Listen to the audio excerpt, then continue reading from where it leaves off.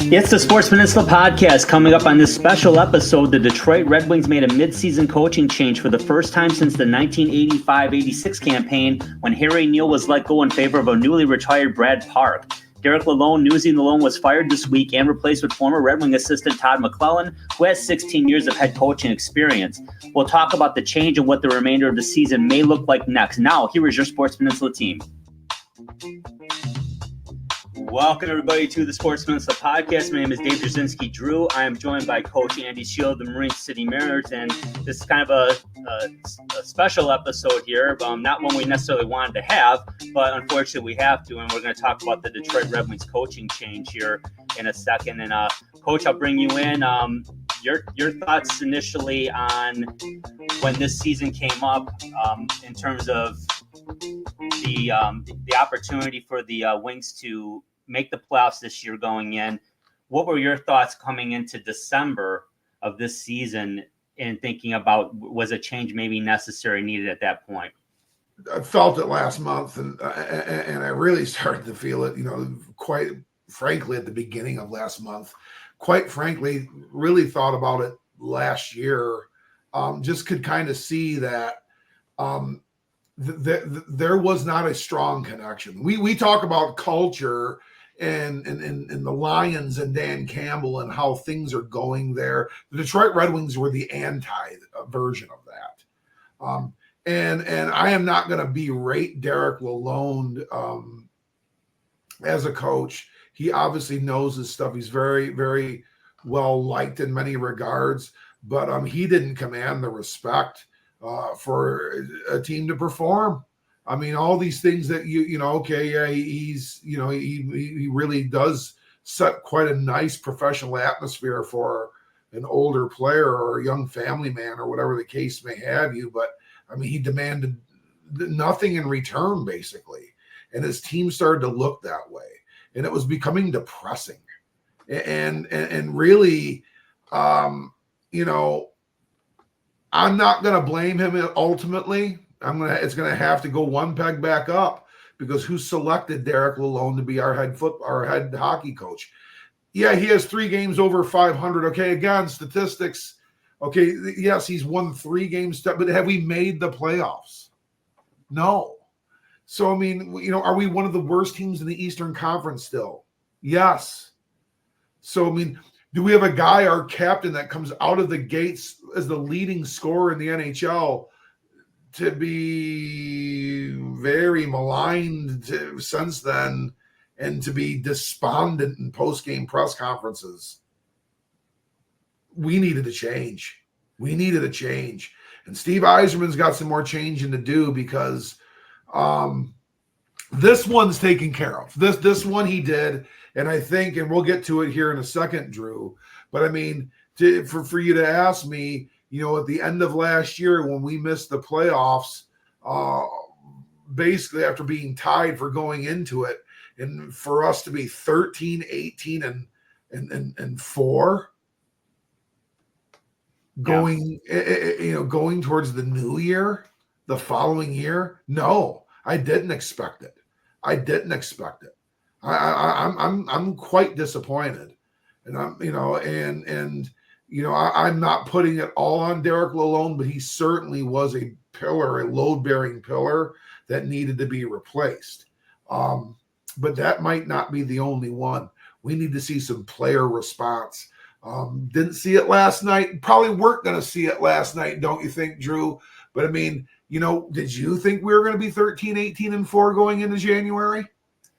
No, absolutely not. Now, that's not to say I thought they'd be 27-3 or something like that. No, but I expected to see the Red Wings right where Ottawa is right now, which is that number 2 wild card spot, about 8 or 10 points ahead of the Red Wings. At least before the game last night, they were 8 points up, 4 games separating. So it's strange to look at it, because when you put it that way, yeah, they've got 4 games to make up on the last wild card. That's not that bad. That's a mountain you can climb. The problem is you got about 6 teams in between you. So it's not about just making up 4 games on Ottawa. It's about overcoming those other teams as well. you're not going to do that in one game. So you've just got to take it one game at a time. There's a lot of hockey left in this season. I agree with what you said. Yzerman had to make this move. The Wings have not done this since the 85-86 season. And for those of you old enough like Coach and I are to remember that year, that was the last season before Jacques Demers came in and changed things around, quite frankly, and started the renaissance of the Detroit Red Wings. But that season ended with Stevie Yzerman having a broken collarbone about halfway through the year. He's done for the season. They bring in Brad Park, who had no coaching experience whatsoever. He just retired. It showed. They were a laughing stock. It was like watching Slapshot. They had bench clearing brawls where Park admitted he sent the team out, and he got a 10-game suspension for that. He admitted he sent them out there. Bobby Probert headbutted Bob McGill. McGill didn't have a helmet on. Proby did. That's how they played hockey then. I'm not comparing the two teams, but that's how long ago it's been. It's been 39 seasons since they had to do something like this. This is not a lost cause season, and I think it was definitely necessary. I think you're absolutely right. Yzerman brought in Lalonde. That's on him. He made his change. He made some signings this season that have not panned out. There's guys that got to step up. You brought up Dylan Larkin, Coach. I've been a critic of Dylan Larkin, but I'm not anti-Dylan Larkin. I'm very happy he's where he's at. He's playing. Every year he's getting better and better. He's a point-a-game guy now, which is what you ultimately hoped he would be. But he's not a top 20 scorer, to your point, Coach. He doesn't get out of the gates and lead the league in any statistical category. He's a very well-rounded, very good hockey player. But my gosh, Coach, I know you coach football. Hockey's a physical sport too. Are you concerned about Dylan Larkin constantly looking like someone he stole his lunch money every time he gets interviewed? I mean, what does that say about how he is mentally? I am concerned. He's the captain. He's the leader of this team. He looks like he's miserable. He looks like he hates it. He looks like he's just done with the sport. And he does not seem to be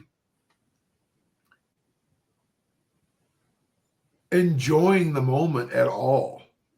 And you can enjoy the moment and struggle as well. It's called passion. It's called just caring in a meaningful way, and that even though it might not be going great, that you love it and you're determined to make it happen. I don't see that from him. I don't. Yeah. And this is not the first time. So am I increasingly concerned? And we were signed into him for quite some time. And I understand why we did that. And certain other players are showing to be, are putting up from their big contract years, namely Lucas Raymond. Mm-hmm.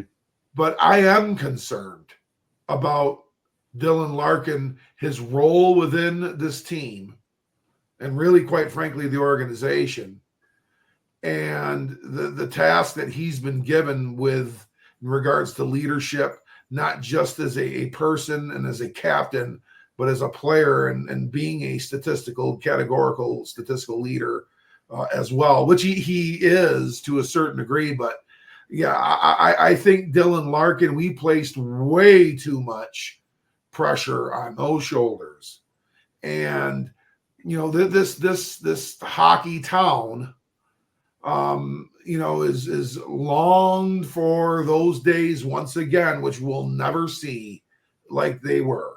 We will never see that again. It's a different era. It's impossible to acquire that kind of talent that way and keep them. Yeah. It's impossible.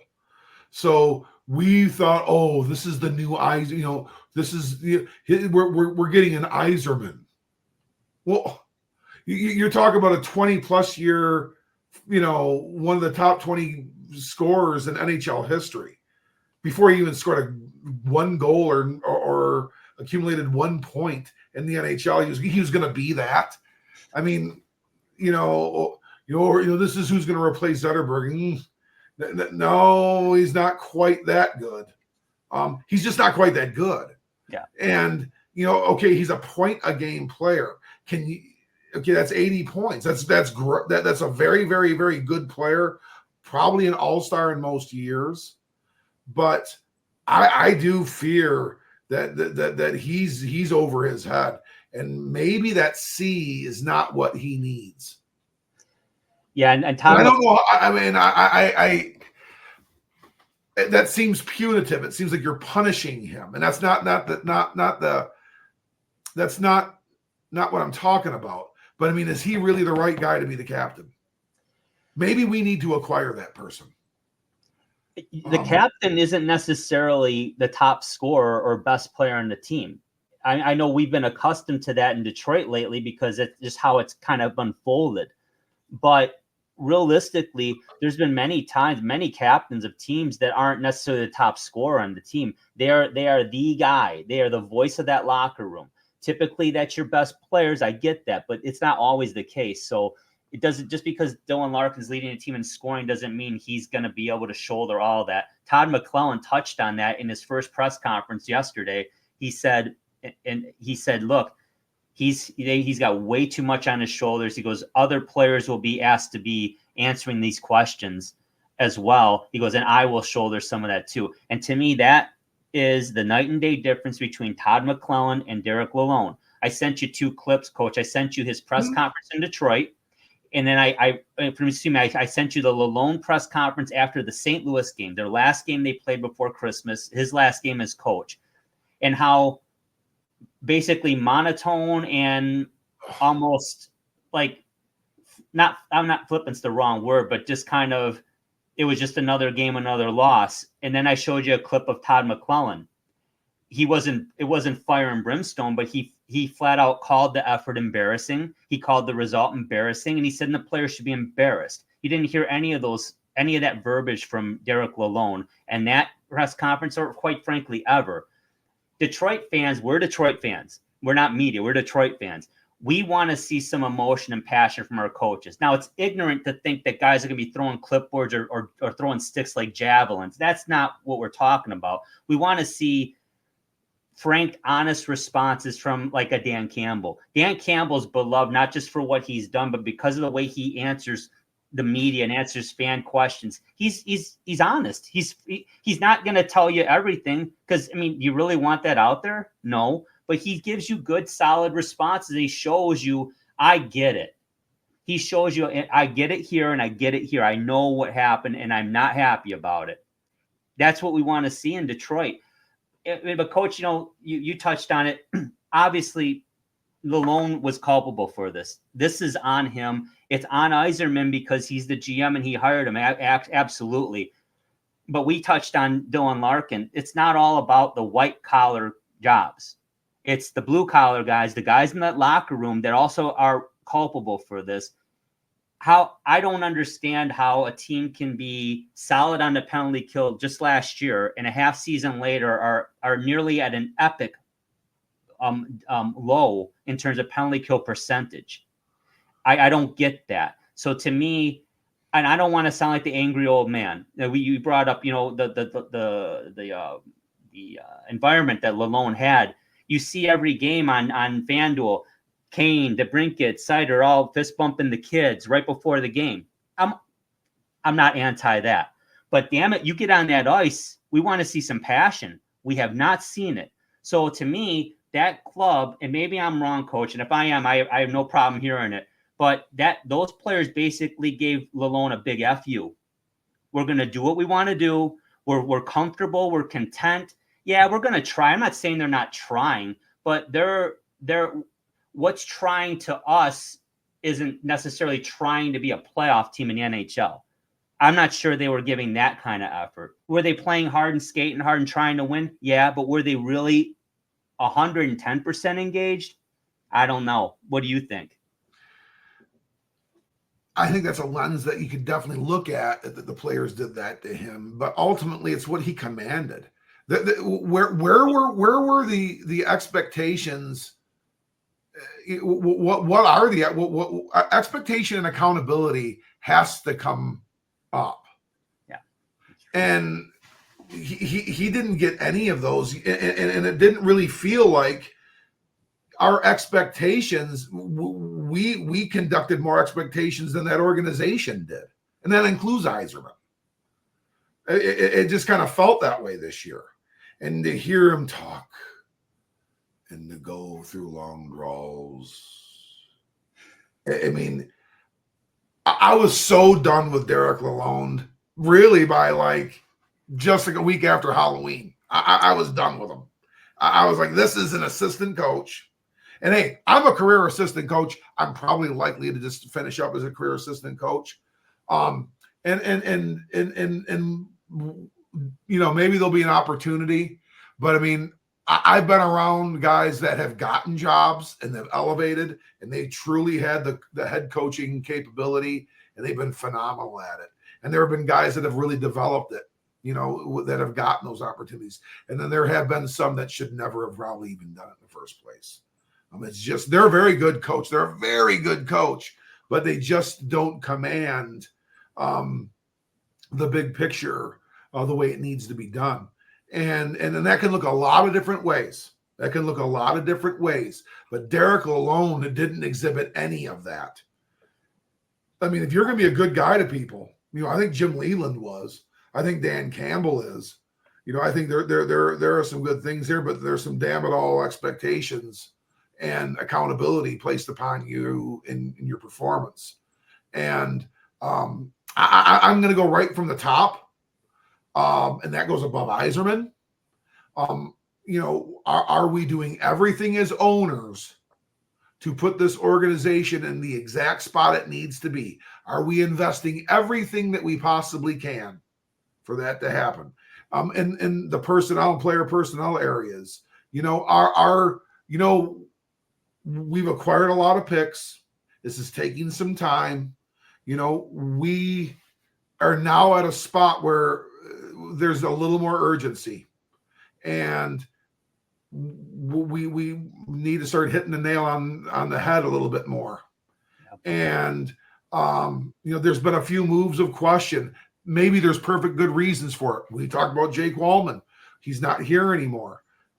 He's producing for the San Jose Sharks.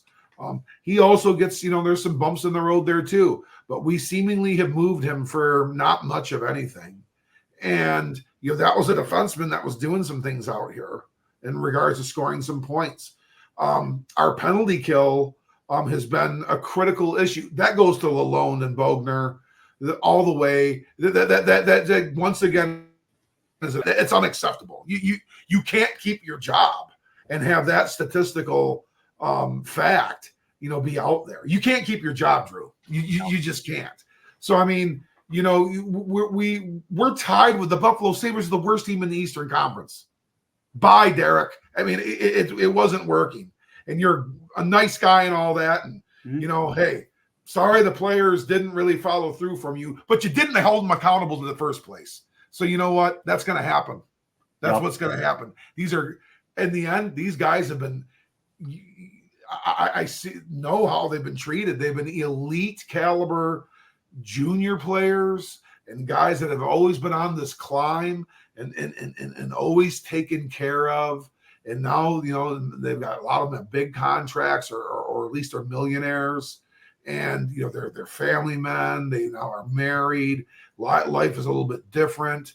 You know, they kind of have other interests. Hey, man, you're a professional hockey player in a city that cherishes their organization like no other. Yeah.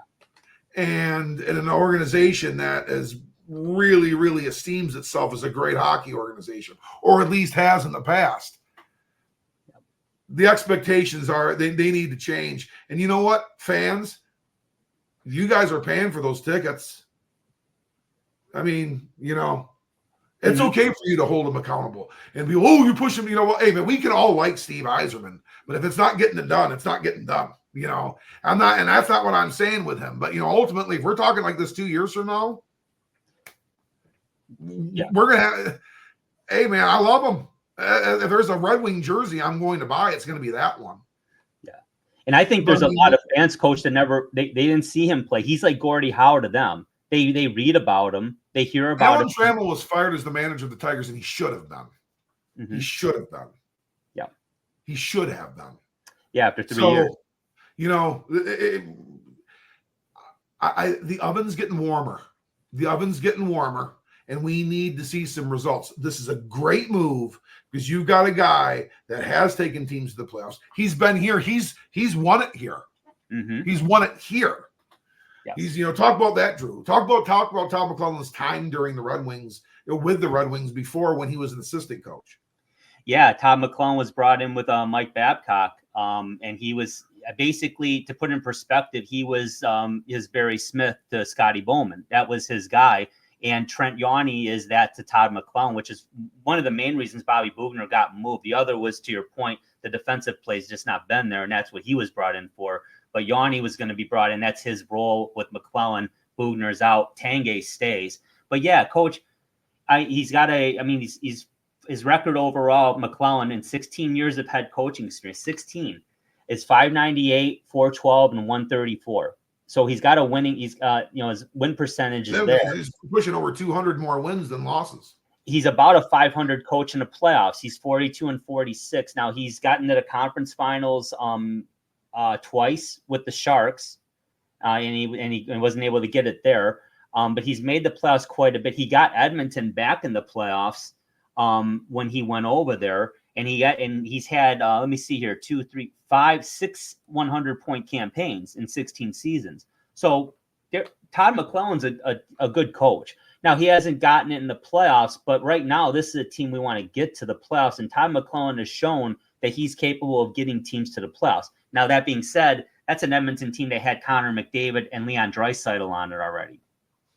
That those guys are. Connor McDavid is the best player in hockey. I will put a stake on that one. He's the most talented player in the NHL. Leon Draisaitl is in the top 10. So a different situation here. But what I did like, what I saw yesterday, Coach, the post-game interviews was with for the players. It was Lucas Raymond and Ben Sherratt. And I'm not trying to call it Sherratt per se, but there's players on this team.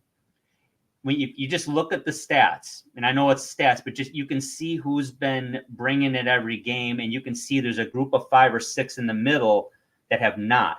And Kane's been injured a little bit, but they need more from Patrick Kane. And that's why he was up there with Larkin and Sider during the press conference to introduce McLellan. Those 3 players were up there first speaking.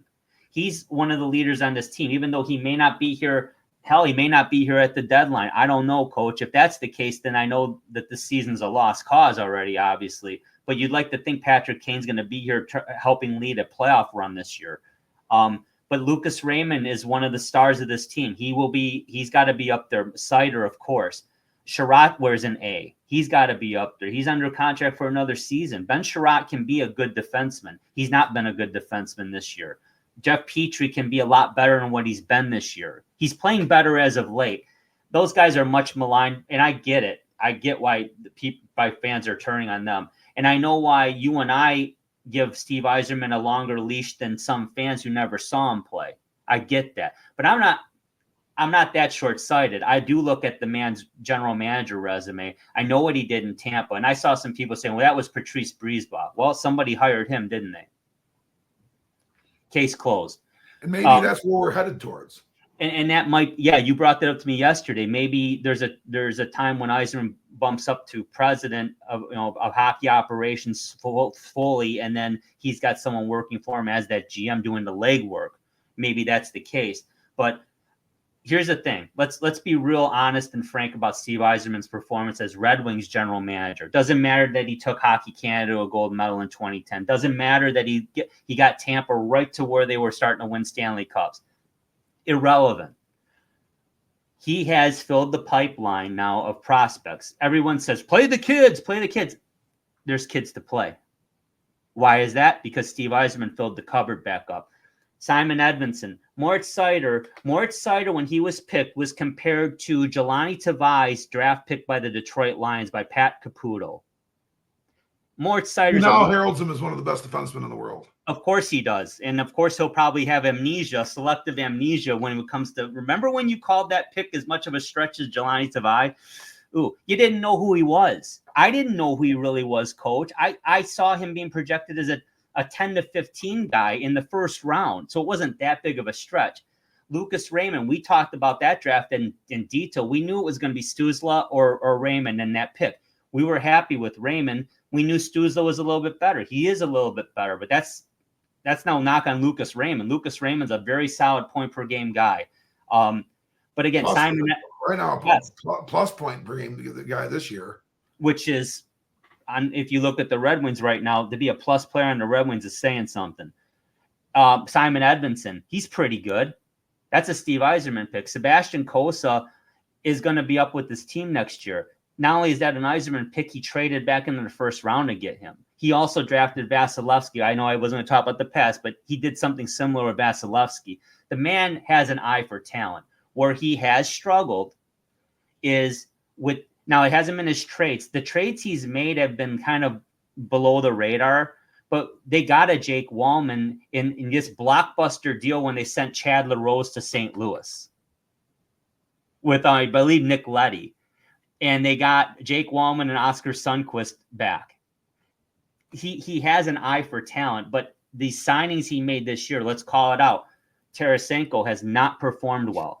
Vladimir Tarasenko's got to be a hell of a lot better than what Vladimir Tarasenko has been this year. Or not be here. JT Compher has regressed. I would say if you're going to look at a player who has regressed the most from last year, JT Compher takes first place for me right now. He's headed towards being a two-way player. Which like a guy that goes in between Grand Rapids type level guy. Andrew Kopp.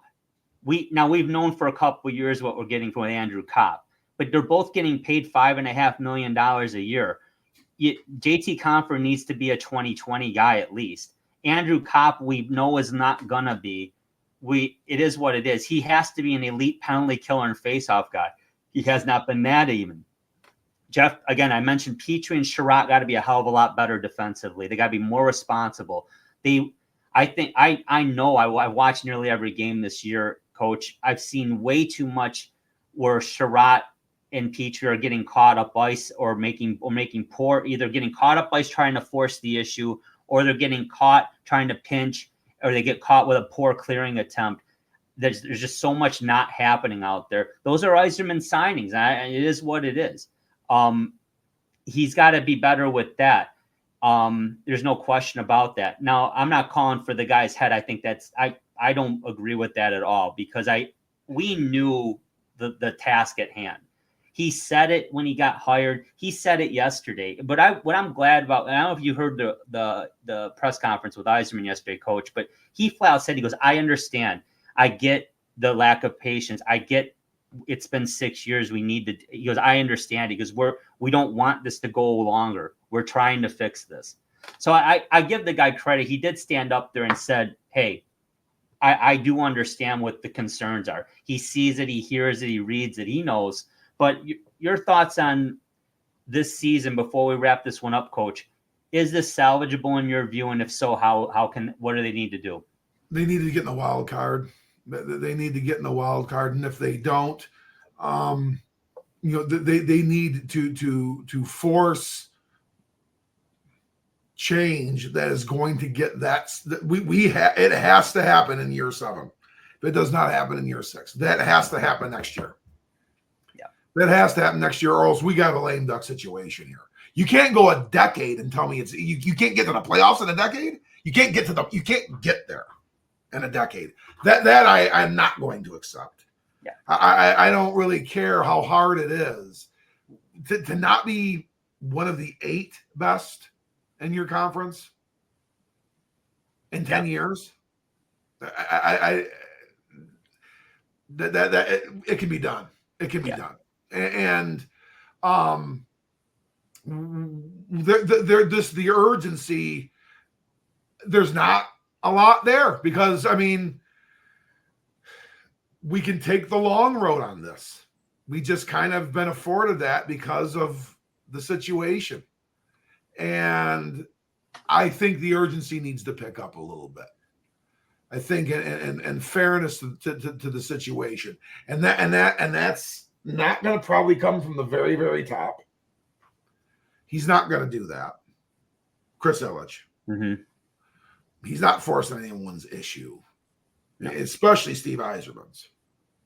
It's going to have to come from there. He is going to have to be the guy that primes the pump, so to speak.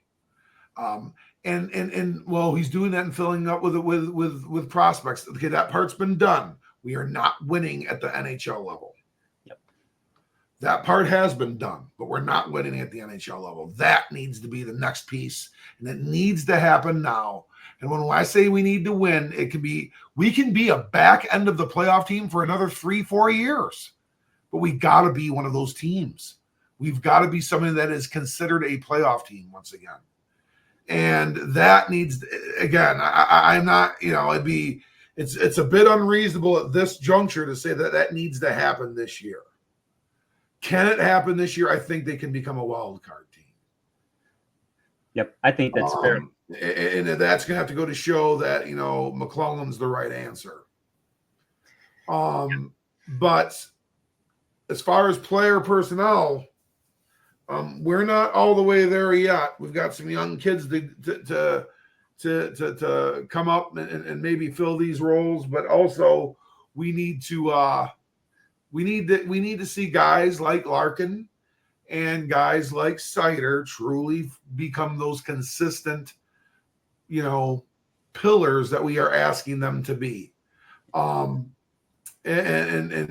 get more and better talent here that can kind of, put that kind of weight on their shoulders, and get this thing right. Yeah, I can't argue with what you said, Coach. That's for sure. What I know next year, you've got a Gardner Mazer and a Nate Danielson who should have a hell of a shot at making this team. Elmer Soderblom's another guy. So you've got, in essence, an entire line of players that should be coming up here. You've also got Axel Sandin Pellikka, who everyone... There's one right there. That guy's a star. Again, these are all Yzerman draft picks too. So and I'll be honest with you, I do get the criticism of Yzerman.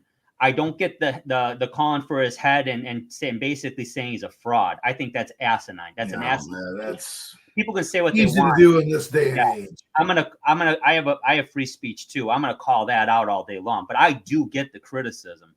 What I don't want to see, I'll be honest with you, Piston fans ran Joe Dumars out of town.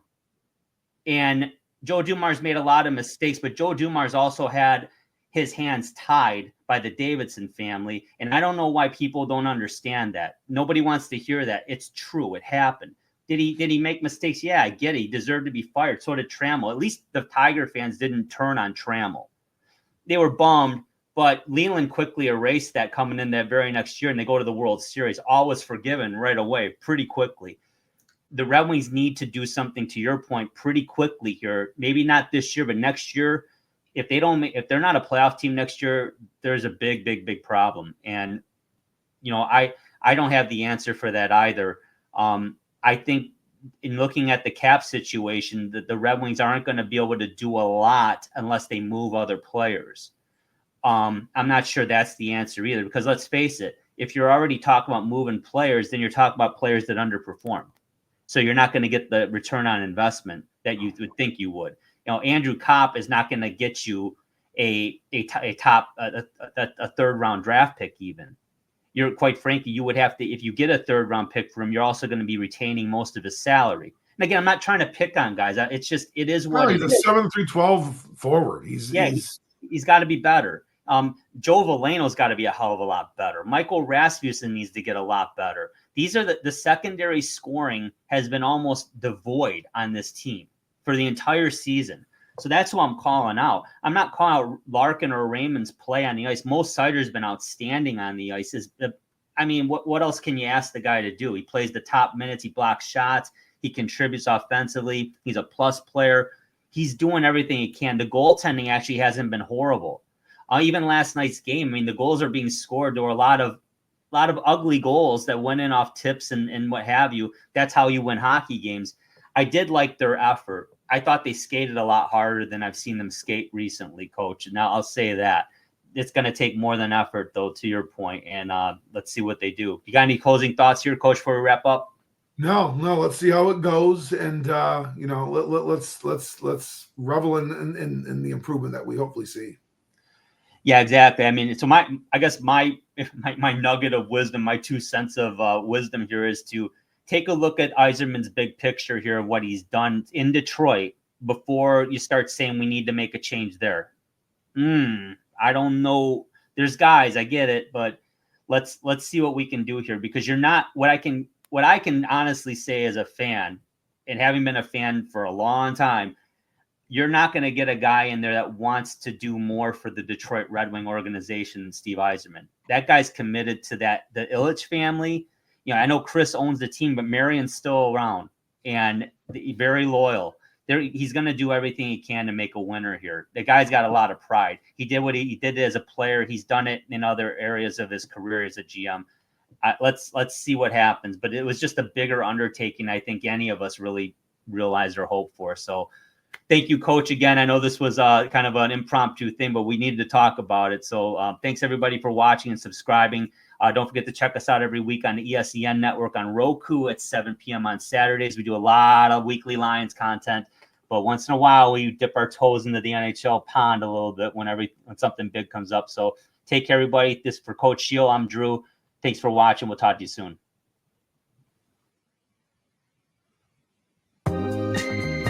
This has been the Sports Peninsula Podcast. Thank you for watching, and don't forget to subscribe to our channel. Follow us on YouTube so you don't miss an episode at the Sports Peninsula Podcast. You can also follow us on Twitter X. Just look for @SportsP Podcast, and follow us to keep up on sports around the great state of Michigan and beyond. You can also catch our show every Saturday night at 7 p.m. on the ESEN Network channel as part of Roku.